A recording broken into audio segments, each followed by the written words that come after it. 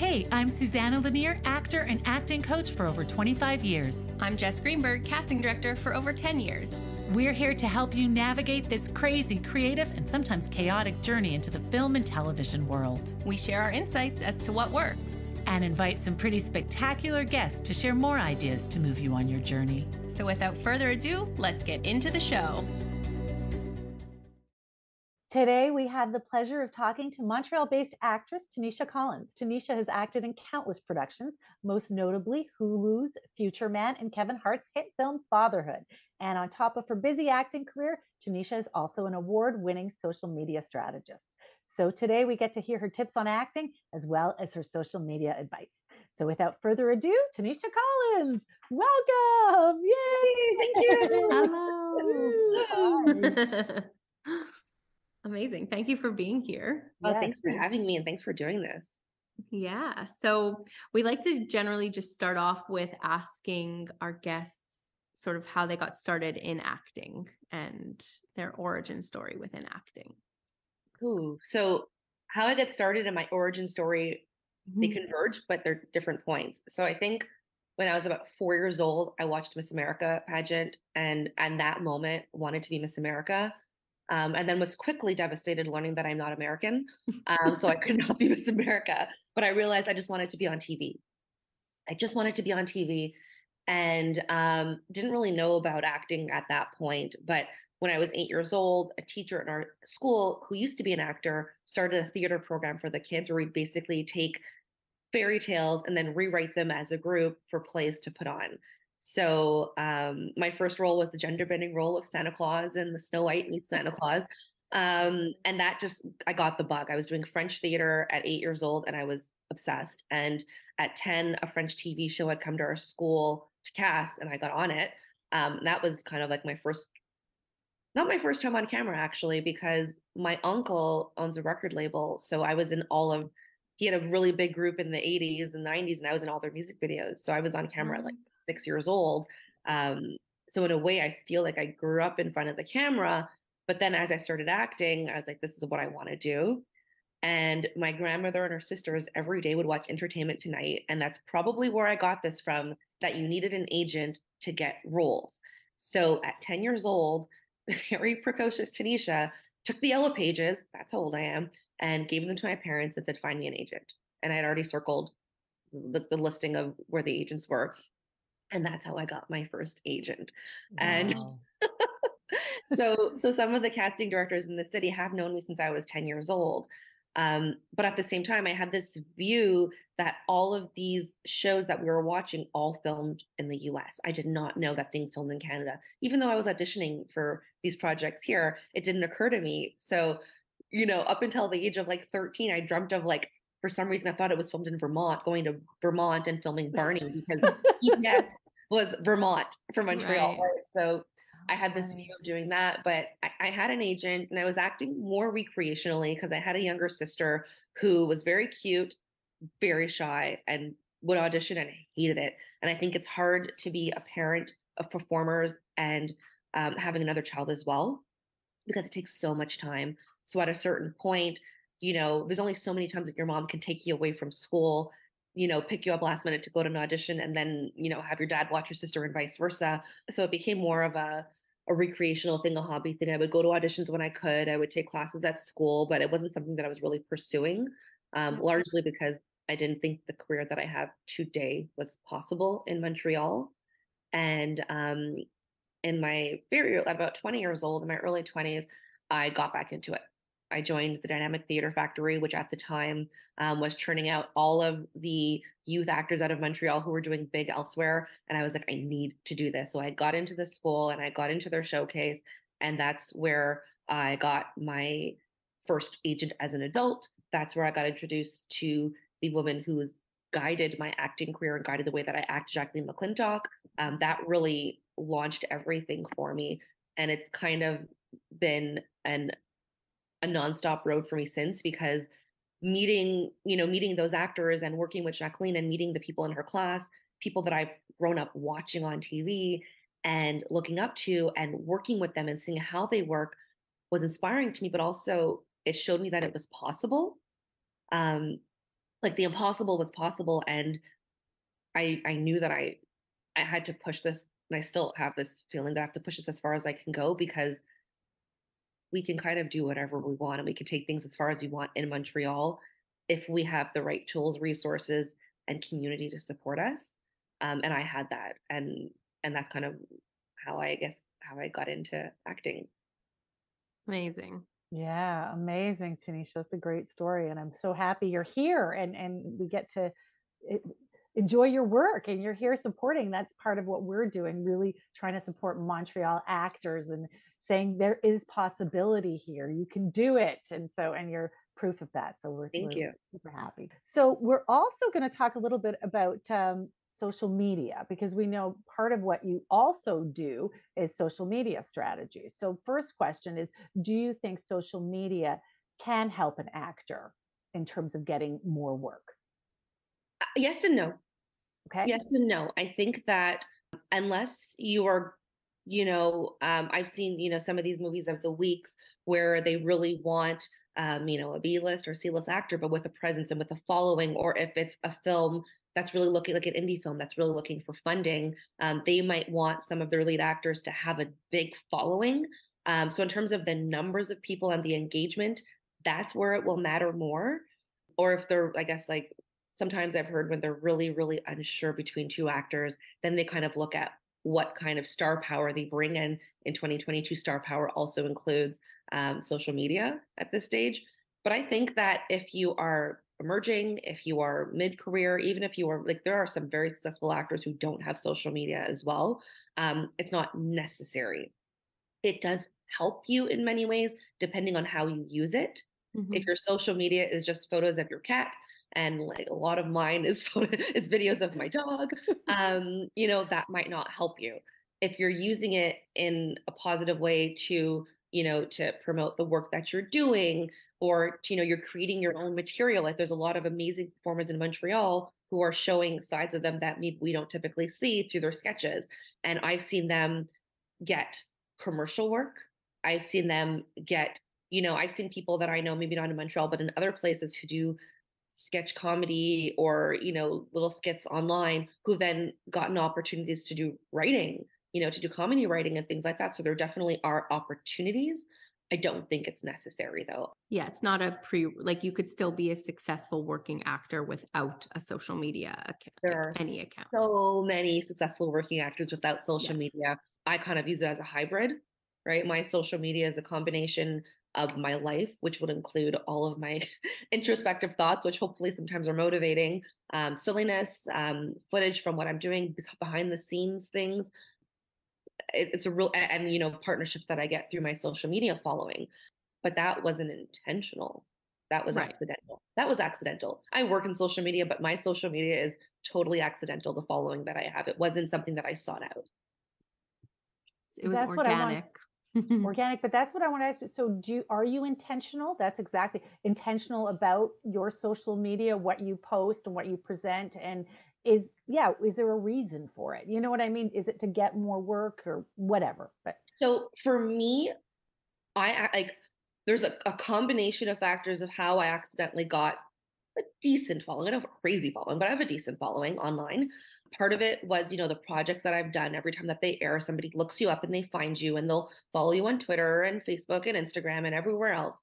Part of it is I have a friend who won The Bachelor, and I was in all of her videos and all of her photos, and people just followed me. So I think a third of my followers are just diehard Bachelor fans, and then a third of them are like family, friends, and industry people.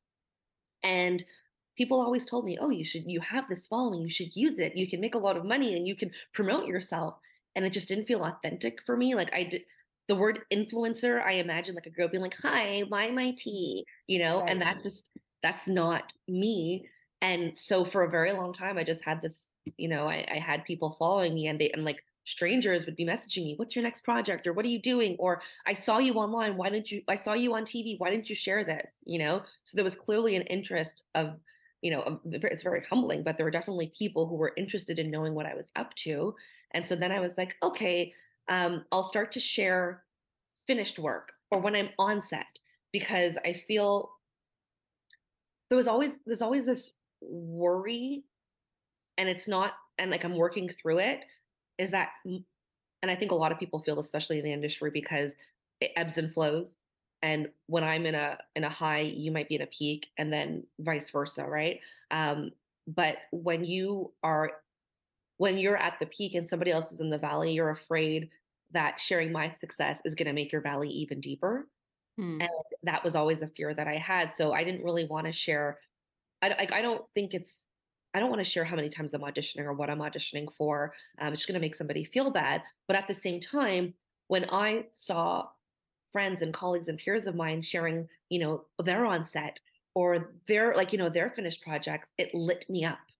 So I decided to just, assume the best case scenario and hope that most people who are seeing what I'm sharing, because I'm sharing it in a caring way and obviously it's an exciting way, like, hey, I'm doing this or I'm working on this, but also in a way that's not like, look at me, I'm doing all this stuff. Um, that they'll look at it and it'll just, either help them remember that, hey, there's always something happening in the background for me and it's going to pick up, or just inspire them to move forward. And that's where I started sharing acting work, because people started asking for it, and I got inspired by watching other people's work and behind the scenes, so I figured I could do the same. And with, let's say, brand partnerships, it took a very long time for me to start saying yes to brands. A very, very long time, because I felt that it was either say no to everybody or say yes to everybody. And then thankfully, I have a lot of friends who work in that sphere, and I, learned that you can cherry pick who you work with. And so that's what I do. I'm very conscious of who I work with. It has to be a brand that I believe in. I won't promote a brand without trying their products, things like that.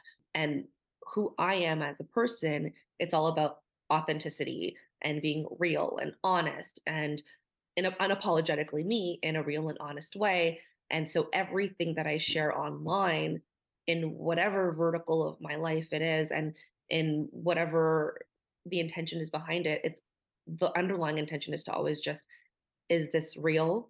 Is this me? Mm-hmm. And if I saw this, how would I feel? As actors, we are people and we are brands, whether we want to believe it or not. It's like everybody has their own branding. I Mm-hmm. have my branding, and it's not something that I've intentionally curated. My branding is who I am at my core. And so that's what I put out there. That's the messaging that I put out there. I find too, following you and other actors in Montreal and the city, like everyone is actually so supportive and is posting when they see their friends on screen and resharing, and the excitement is there. And that, I see the excitement. I'm sure there's also, people who are not as happy or whatever, but again, like that is their issue. So Absolutely. And I think yeah. there's a huge community in Montreal that are sharing everything. Like we really support each other, and it's really amazing. Your success is my success. Yeah. If I, and my success is your success. Every booking that I have is going to bring, it if I do it well, it's going to highlight Montreal performers, right? And it'll make that casting director shine. It'll make other actors, and they'll be like, hey, there's way more talent in this city than I thought, especially as a Black actor. So many times I'm working on a set and the director finally asked me, so what part of LA do you live in? Because or like, where in New York, where in Manhattan are you from? Because they assume that I'm American. And then when I tell them I'm from Montreal, even though they're in Montreal filming, they're like, oh, well, I assumed that everybody in Montreal had a French accent and that there were no people of color. So for me, every time I work, it's like I'm showing you, hey, we're Montreal. We have diverse talent here. Yeah. Good diverse talent. And then it creates opportunities for other performers. It creates opportunities for casting. And then it pushes other students into class as well. So everybody's doing their part in their own way when they're auditioning, booking, working, casting, writing, to advance our market in their own way. Yeah. And then the other thing that I liked what you said, because I'm a casting director, is like you didn't even want to post all the auditions you were doing because you thought that was boasting, which also just means that auditioning is actually the opportunity. It's like that is part of it. And that is it's a good thing to be auditioning, so, and to remember that when you are auditioning, because people get tired of it and frustrated by it, but it's like, no, that is the opportunity. Yes, I think that when I was first starting out, first of all, I hated auditioning. They were like, it's such a foreign concept. You're in a little box. I mean, like not that you're in a box, but you have a small framing. You can't move that much. You got to keep your face still. You got to do all these things. You can't raise your eyebrows. Don't bobblehead. Don't, you have to be aware of so many things. And you're acting in such a you're performing in a sterile room, you're performing in a sterile room, you're performing to one person, and it just felt so foreign. And I was so nervous. And it was actually, Jess, an audition with you that got me more comfortable with auditioning because, and I mean, it's good and bad. Okay. Uh-oh. All right, I'm ready. It's okay. Because it was for Fatal Vows. Yeah. And the sides, you gave us two 10+ page scenes, 112 page scene. I talk about this all the time. But there's And no dialogue. there was dialogue. It was two scenes that you gave me for the audition. One was like honey something, honey badgers, honey. It was like these two people, these two spies or something who were like, it was long scenes. And Oh, the and mock sides. the They were mock mock sides. And I sides. remember getting them the night before. They were 20 pages of mock sides. And can I swear her? Because I was like, fuck this shit. I'm gonna work on the character. I am not going, and this is my philosophy with any mock sides now, but these were 20 pages the night before. I was like, fuck this shit. I am not memorizing because usually, you're taught in your training, be off book, be word perfect so you can then be free. I am like, I am not going to learn these by heart. I am a good cold reader and I practice it every week with Susanna. I am not going to learn these by heart. I'm going to work on the character and Yeah. I'm going to read the sides to get comfortable with them a couple of times and I'm going to do like they do in LA. I'm going to perform and I'm going to give myself permission to use my sides because in the end I knew you won't care if I use my sides or not as long as I do a good performance, right? Yeah. But even though I knew it up in my head, I was still the little wannabe, like the actor who wants to be really good inside of you was really worried about like, well, what if I have to look at my sides? But that was okay. And I showed up and it was a very different audition. It wasn't the stale room. We were in your boardroom and I could move around and I had my sides. And even though there was a camera, I had my sides and we could move around. And I literally learned the sides at the stoplights on the way to your and but I had the character in me. I had the character in me and I was comfortable enough with the lines that I could, and with cold reading, because you can't do this if you're not comfortable with cold reading, that I could engage, say the lines, and look down organically when I needed to in a way that was natural to the scene. And I booked it. And that was like, let me try this again. Because it didn't like, even though I was scared going into it, doing it, I felt more alive than I had in any audition. Because I realized that for me, my strength is in text. I'm really, really good at memorizing lines very quickly. So even though I like read it 3 times the night before and then learned it on the stoplights, I didn't need to refer to the text as much as I needed to. Right. All that work that I was doing in advance before of like hours and hours of working to be word perfect on these auditions was taking out some of my impulses and was taking away time for me working on the character. And that was the lesson. It wasn't, for me, that was the lesson because that was my strength. And that reminded me of my strength. It wasn't because I decided to not memorize and that I booked it. It was because I already had that ability in me. So then I started doing it with the next audition. I'm like, not that I'm not gonna learn the lines, but I'm not gonna worry about being word perfect. I'm gonna read the sides, get the character in me, and then go back to it and learn it in a way that I can be free, but also hold the sides. I always hold my sides for the first take of an audition, maybe the second, maybe all of them, if just in case I need to refer to them. But it freed me. And once Yeah. that audition, your audition was the first time I actually had fun in an audition for Mhm. actual paid work, with stakes. Because Right. if you're auditioning for something small, there's no stakes. This role had stakes, and it was an amazing role. And then you were in the project too. But that was the first time, and that launched my booking streak because Wow. I started enjoying auditions. I started having fun. I started giving myself permission to flub, to make a mistake. If I say sweater and the line is and the word is shirt, nobody cares. If I take a pause because I want to, like there were so many things that I thought I had to do that just Mhm. by freeing myself and giving myself permission to fail in a way, permission to not be perfect. It made me a better actor and it made me more Yeah. alive. And then once I started enjoying the auditions, I realized actually the audition, like you said, is the opportunity. Our job is to audition. We're going to spend most of our time auditioning. My job is to audition and to give the not the best, the most truthful and alive audition that I can get with where I am in that moment. And if I feel good about it, then it's a successful audition. Because because I've had the training and I have the internal barometer to know when I've done a really good job or when it's not good or when it's in between and why. And usually it's just a question of being grounded and connected, right? And once I realized, okay, this is my job and booking is the bonus. Tanisha, I knew you from when you were, when you were starting really young. Again, we're not going to talk about your age, but a year and a half ago when you were just a baby. Okay, so I knew you from when you were young. And what I've always respected and loved about you is, even I know you're saying when you started on Fatal Vows, that audition is what really made you start enjoying the process. But from what I know you, even before you started the booking streak, when you were still doing background work and stand-in work and really trying to get in there, you always had a professional attitude. You've always had, like, I take this job seriously. You've taken auditions seriously. Like, so throughout that, I don't want to say a dry spell because you always had worked. It's just over the past, okay, a little longer than a year and a half, you've been doing really well. But prior to that, it was like you knew that you were talented. I don't want to say anything about you talented, but you knew you took it professionally and you were there to do a job. And you always had I felt this wonderful attitude towards the industry that I had young people in the class who were like, ugh, an audition and just wanting to get booked. And but you didn't. You had a great attitude. So can you talk a little bit about how you kept that attitude up even before the work came in?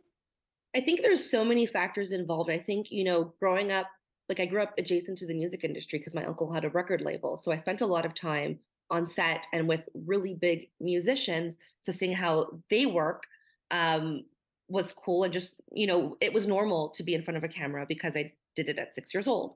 But I think also being in Jacqueline McClintock's class and taking classes with some, not just big Canadian names, but big American names, and seeing where they came from and knowing that they were in the same seat as I was, it was like, well, if they can do it, so can I. And oftentimes I'd look at them and look at somebody who just started the class and it's like, these people are just as good or even better than some of these people. I mean, it's all subjective, but if you could do it, so can I. And it's also my upbringing. I think I have amazing parents who everything that I wanted to do, and I feel like I've had so many lives. I studied biology in university. I didn't study anything related to the arts. Um, they always had this perspective that whatever you want to do, Tanisha, whatever you put your mind to, you can do it. And that stuck with me. And I've this is gonna sound really cocky, but I've always known that I've been good.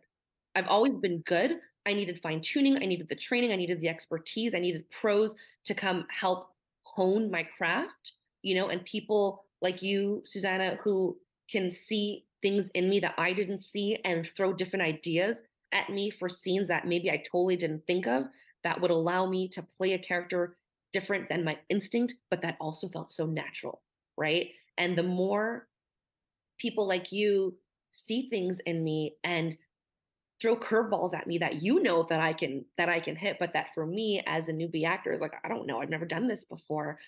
Even just the fact that you're giving me those kinds of opportunities or that kind of trust or that kind of just challenge is empowering to me because it shows me, first of all, nobody's going to throw a challenge at you that they think that you're going to fail at, right? It might take you a long time to get there, but you're not going to fail at it.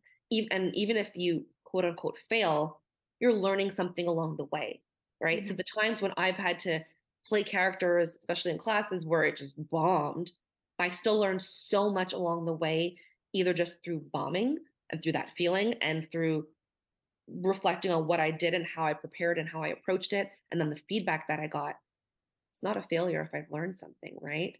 But I really think that it's a combination of my parents reminding me that I could do anything that I put my mind to, the support and push and challenge that I got in the industry from people that I trust and love and respect, who've seen things in me before I saw them. and just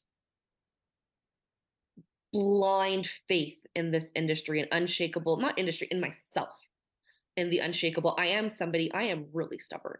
I am really stubborn. And if I really like something, if there's something that I can physically do, I will do it. No, I'm not going to outrun Usain Bolt. I'm not going to do that. But I pinched a nerve in my back. And the day that I got the clear to work out, I started training for a half marathon. Never run before in my life, because I'm like, I can do it. And that's kind of the thing that it is that I don't know if I'm going to be able to be a household name or I'm going to win an Oscar, but I do know that I can empower people with how I'm working because of who I am. And I can push myself to be the best actor that I can be. And the beauty of the art that we do is that you're never the best actor that you can be, because every single thing that you encounter in life and your work makes you a better actor. So there's never going to be a day where I'm like, I've been the best actor. I've done everything I can do. I am done. Like, I will be acting till the day I die. And that is not an exaggeration. It's, I love what I do. It lights me up. I'm a very cerebral person. I think a lot. I studied science for like over a decade. I love to read, but the ability to express yourself in a way that most humans don't get to. In life, we're censoring ourselves in every single thing that we do. And when you're being told, hey, here's your opportunity to be as, as sweet or ugly or awful or terrible or whatever it is, as just like the worst possible person in that we think, show the worst possible sides of yourself. And you could do it with permission, and you could do it with people who are going to be gentle with you and who aren't going to abuse that. It's addictive. It's addictive. And I think that the first time that I had that feeling of I think the first time that I ever had a moment in acting where I was fully truthful, it was like, holy crap, what is this feeling? I'm constantly chasing it. And it was like, it took like months to get that feeling again, the first time I connected with something, but I was constantly chasing it. And I think that really drives, not just drove, but drives what I do. So when I was, doing background work, I got the thrill of being able to, like, I was always the background where they would give actual like emotional action to do and stuff. And so I was still allowed to act. And that was thrilling for me. And I got the ability to get paid to be on a set, and low stakes and no pressure, just walk over here. But I could observe everything. I could watch the crew. I can hear them speak. I often was next to the lead or something, so I could see how they worked and hear the feedback that they got from the director and things like that. And so for me, I was getting paid to learn. How could I not have that ethic? How could I not want to push it forward when you're getting paid to learn and to grow and to just witness the magic? I still think that our industry is magic. Witness the magic of the industry. So I think, a year and a half ago when I was 22, exactly. but I think that, young Teneisha, it was more like what drove me at that point was the sudden realization that the career that I wanted was possible here and was possible for me too. And that I had something in me, and that even though not everybody saw it at the time, because I had a lot of training, a lot of honing that I needed to do, but there were people who saw it in me, and those people, like you, Susanna, helped bring it out of me and helped me see it and helped me really grow. And because I had that support, I think that's also what kind of encouraged, or like what not encouraged me, but what inadvertently skewed me to be able to just persevere and push and take this very seriously while having fun, because it's very rare to be able to do this. And I know every day I am so grateful for the career that I have. And every day I'm grateful for the people who, like you, Susanna, and you, Jess, who have helped me along the way and who are continuing to help me along the way. So, I've had that thought in my mind since I was 20 something, thinking of the people who believed in me and who pushed me, and whether they were other actors or casting or teachers or just people who aren't in the industry, but who'd seen me perform, who believed in me. Their belief in me also helped me believe more in myself. And that definitely drove me to be that positive rah person that I in the industry, because I've always been the positive rah person. But Well, that's beautiful, Tanisha. And I thank you for sharing that. And I hope every young person hears that, because I can see it when there's a young person with the attitude, what you're just sharing of, no matter where they are, it's a learning opportunity, have an excitement, a love, a drive when they feel the truth of being aligned with the character and they feel that truth and it happens in the moment. And chasing the truth, if that is the goal of an actor, then every audition, every gig, paid, non-paid, if that is your goal, like, you've got this for life. It's in you for life. There's no whether I get the role or not the role, or you know what I mean? You're chasing the true craft and the true art. So I'm thank you for putting in that words. I am moved. I need an audition today. I have things to do.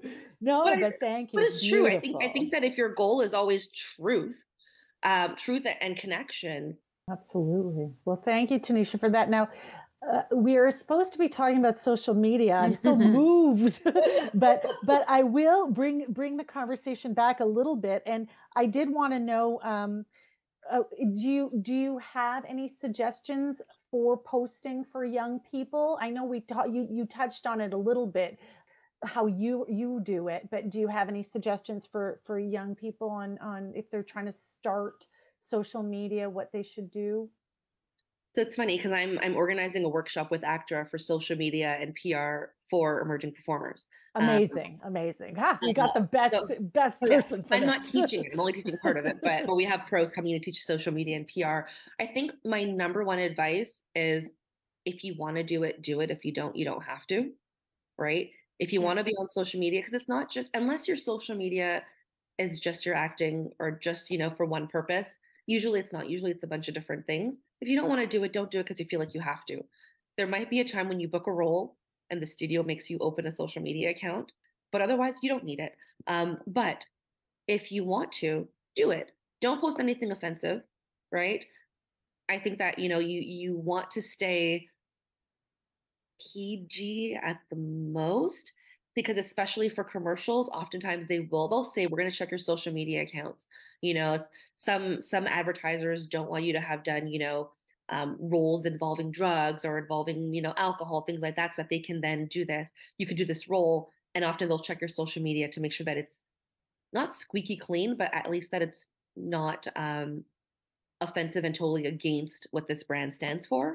So that does happen. So I do think that you need to be conscious of that if you're somebody who, engages in recreational activities.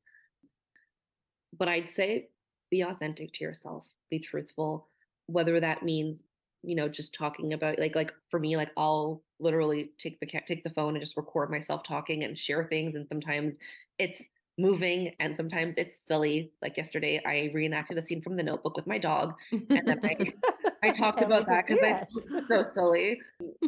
But it's just be yourself, because that's what's going to sell you. If that means for you, you want to record monologues and post them online, do it. If you want to post your self tapes after the show is aired, do it. But just know that it's a learning process. Just like in acting, you're growing as an actor every time you do it. With social media, it's the same thing, because it's trial and error. Because what works for me might not work for you. What works for me is my hair and my dog. My dog gets the most engagement. People are crazy about my dog. Everybody loves dogs and Everybody kids. loves Penny. She's the mini wiener. I'm surprised that she's not here. She's sleeping somewhere. But like that's what gets the most engagement for me. And I'm just like, and then I'll post a clip from like a series that I did and people love it, but not the same as they love my dog. No. So it's what works for you. And but that being said, is that yeah, if you want to do sketch comedy, do it. If you want to post monologues, do it. Don't wait. Don't overthink it. Don't worry about getting the perfect lighting, getting the perfect camera set up, and doing the perfect editing, because as you do it more, you'll get better. Until you do it once, it's just like when you go in for an audition, the producers don't always know what they're looking for until they see it. right? It's the same with social media. You have this idea of who you want to be online, but you really just need to be yourself, and yourself is beautiful and flawed. So if you can then just start posting, once you see what you're sharing and you see not just how it's responding, but also how you respond to it, Mm-hmm. then you can modulate and you can adapt, and it's going to change as you go along. But if you don't start, you're never going to start. If don't get stuck in analysis paralysis where you're just game planning. And I think a lot of people who are going to be listening are sitting on some really good ideas that they want to share online, and they're waiting for the perfect time. Well, guess what? The perfect time is now, because there's no perfect time. Do it now, fail, learn. You're going to fail, learn, and grow. And if you're consistent with it, if your goal is to grow on social media, you have to be consistent. Consistent doesn't mean perfect. Consistent means constantly putting out material and trying new things. Even like the big people, if you see like Matt Jafrida and your Gazinski, they're doing great on, for sketch comedy on TikTok and Instagram. And if you watch, some of their posts do really, really well, and some of them don't do as well. Some of them are very different than what they've done before, because they're trying different things to see what works for them and to keep things changing, because you want to stay interested. You want to keep yourself interested in what you're doing, right? But if you don't do it, you're never going to know what to try next. So that would be my biggest thing, is just do the damn thing. Yeah. Do you have a favorite platform that you would recommend to people? Or I love Instagram because it's what I'm used to. I don't think I have the expertise to really recommend the best. I know that I can say that like right now, the trends are that people are saying TikTok is on the decline, and that I know, sorry, Jess. I keep seeing people, I keep seeing people of people who are in a position to kind of make those kinds of observations say that. So I don't know if it's true, but what I would say is, to more versus one platform or the other, is don't just don't rely on one platform. Because I'm mostly on Instagram, but I share everything that I do, or most that I post, on TikTok and YouTube as well. Because first of all, you reach more people, but also think about the days when Instagram goes down. And all of, especially if you're generating revenue, all of these influencers who have deals, they're losing money. Or advertisers, just like if you're a brand and you're pushing, paid ads, they're not happening that day. Or what if one of the apps gets shut down and then all of your material is gone and you lose your following? So we're seeing more and more big creators, not influencers, but big creators are what they're doing is they're either creating different content for different platforms, or they're just sharing it across platforms and encouraging their fans and followers and people who engage with them to follow them there as well. Create your handle on, TikTok, Instagram, YouTube, Twitter. I don't know if Twitter is going to still exist by the time this comes out, but and even if it's just cross sharing, share it. And put your social media handles in everywhere that I have them in my signature, I have them on my website, I have them on my Twitter. It says you're missing the party at Instagram, to link them to my Instagram where most things happen. So I would say just, you could focus on one channel, especially if you have a channel with more following. So my focus is on Instagram because I have a lot of people on Instagram, and Twitter. I have a lot of really cool people on Twitter. On TikTok, a lot of really cool people. So mostly people that I know who follow me, but it's not as big of a following, right? But I still share in between, because you never know what's going to happen. So put your energy where your following is, but don't neglect the other platforms. Just share it everywhere, because you never know what's going to happen. Thank you so much. Oh, thank you. Thank you guys so much for doing this. so for today's takeaways, post what feels authentic to you. Don't overthink it. Just do it. Don't put all your eggs in one basket. Post all across all platforms. And the only thing you can control is your performance. Challenge yourself and chase the damn truth. Thank you, everybody. Thank you. Woo!